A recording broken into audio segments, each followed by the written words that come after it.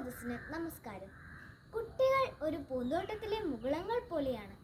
അവർ രാജ്യത്തിൻ്റെ ഭാവിയും നാളത്തെ പൗരന്മാരും ആയതിനാൽ അവരെ ശ്രദ്ധയോടും സ്നേഹത്തോടും വളർത്തണം.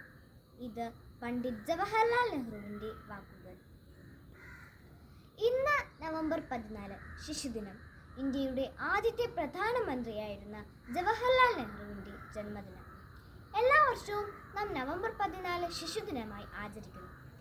എന്തുകൊണ്ടാണ് അദ്ദേഹത്തിൻ്റെ ജന്മദിനം നാം ശിശുദിനമായി ആചരിക്കുന്നത്? കുട്ടികളാണ് ഒരു രാജ്യത്തിൻ്റെ ഭാവി നിർണ്ണയിക്കുന്നതെന്ന് അദ്ദേഹം ഉറച്ചു വിശ്വസിച്ചിരുന്നു. മാത്രമല്ല, അദ്ദേഹത്തിന് കുട്ടികളെ വളരെയധികം ഇഷ്ടമായിരുന്നു. തൻ്റെ ജീവിതത്തിലുടനീളം കുട്ടികളെ അവരുടെ ജാതി, മതം, സംസ്കാരം, സാമ്പത്തികം എന്നിവ പരിഗണിക്കാതെ അദ്ദേഹം സ്നേഹിച്ചിരുന്നു. അതുകൊണ്ട് കുട്ടികൾ അദ്ദേഹത്തെ സ്നേഹത്തോടുകൂടി ചാച്ചാജി എന്ന് വിളിച്ചിരുന്നു.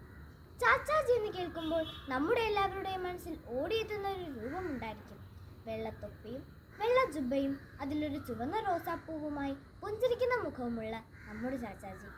എന്നാൽ ലോകം മുഴുവൻ ആദരിക്കുന്ന ഒരു നേതാവും പ്രാസംഗികനും എഴുത്തുകാരനുമായിരുന്നു ചാച്ചാജി എന്ന പണ്ഡിറ്റ് ജവഹർലാൽ നെഹ്റു. ഇന്ത്യയെ കണ്ടെത്തൽ എന്ന പ്രസിദ്ധമായ ഗ്രന്ഥം ഉൾപ്പെടെ നിരവധി കൃതികൾ അദ്ദേഹം രചിച്ചിട്ടുണ്ട്. ബ്രിട്ടീഷ് ഭരണത്തിൽ നിന്ന് നമ്മുടെ രാജ്യത്തിന് സ്വാതന്ത്ര്യം നേടിത്തരുന്നതിന് വേണ്ടി പ്രവർത്തിച്ച പ്രമുഖ നേതാക്കളിൽ ഒരാളുമായിരുന്നു പണ്ഡിറ്റ് ജവഹർലാൽ നെഹ്റു. ചാച്ചാജിക്ക് ഏറെ പ്രിയപ്പെട്ടവരായിരുന്ന കുട്ടികൾ ഇന്ന് അനുഭവിക്കുന്ന പ്രശ്നങ്ങൾ ലോകത്തിൽ നിരവധിയാണ്. പലയിടത്തും പല വിധത്തിൽ അവർ ചൂഷണം ചെയ്യപ്പെടുന്നു. വിദ്യാഭ്യാസം നേടാൻ പോലും അവസരങ്ങളില്ലാത്തവരായി നിരവധി കുട്ടികൾ ഈ ലോകത്തിലുണ്ട്. യുദ്ധങ്ങളുടെയും തീവ്രവാദത്തിൻ്റെയും ഒക്കെ പരിണിത ഫലങ്ങൾ ഏറ്റവും കൂടുതൽ അനുഭവിക്കേണ്ടി വരുന്നത് കുട്ടികളാണ്.